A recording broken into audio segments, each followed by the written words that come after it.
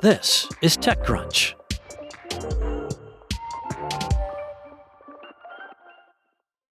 Google has granted the U.S. Department of Defense access to its AI for classified networks, essentially allowing all lawful uses, according to multiple news reports. Now, this deal follows Anthropic's public stand against the Trump administration after the model maker refused to grant the DoD the same terms. The Pentagon wanted unrestricted use of AI, whereas Anthropic wanted guardrails to prevent its AI from being used for domestic mass surveillance and autonomous weapons. Because Anthropic refused those use cases, the DoD branded the model maker a supply chain risk, a designation normally reserved for foreign adversaries. Anthropic and the DoD are now embroiled in a lawsuit, with a judge last month granting Anthropic an injunction against the designation while the case proceeds. Google marks the third AI company to try and turn Anthropic's loss into its own gain. OpenAI immediately signed a deal with the DoD, as did xAI. Google's agreement includes some language saying that it does not intend for its AI to be used for domestic mass surveillance or in autonomous weapons.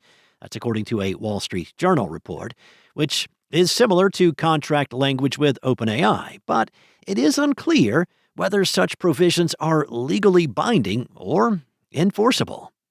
Google entered this deal even though 950 of its employees have signed an open letter asking it to follow Anthropic's lead and not sell AI to the Defense Department without similar guardrails. Google did not respond to a request for comment.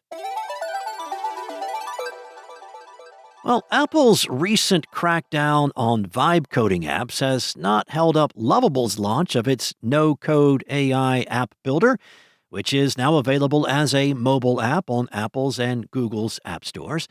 The vibe coding startup's new mobile app is being pitched to would-be app builders as a way to code on the go via voice or text AI prompts that let you capture your ideas as they pop into your head. Now, that means you can kick off Lovable to work on your random app idea from anywhere, letting its agent run autonomously after receiving your input. The new app will also allow you to switch back and forth between your computer and phone to pick up where you left off on a given project and receive notifications when a build is ready for review. The app's arrival comes shortly after Apple addressed what vibe coding apps can and cannot do on its App Store. The tech giant recently blocked updates to popular vibe coding tools, including Replit and VibeCode, for violations of its developer guidelines. Simply put, Apple was not banning vibe coding apps themselves, but it will not allow apps that download new code or change their functionality, as that presents a security risk to end users. It also means that Apple's app review team cannot properly vet the app during the approval process. Apple also temporarily removed the vibe coding app Anything from the App Store for similar reasons, but the app returned after making changes earlier this month. To comply with Apple's rules, the vibe coding apps are no longer able to run their generated apps inside the host app.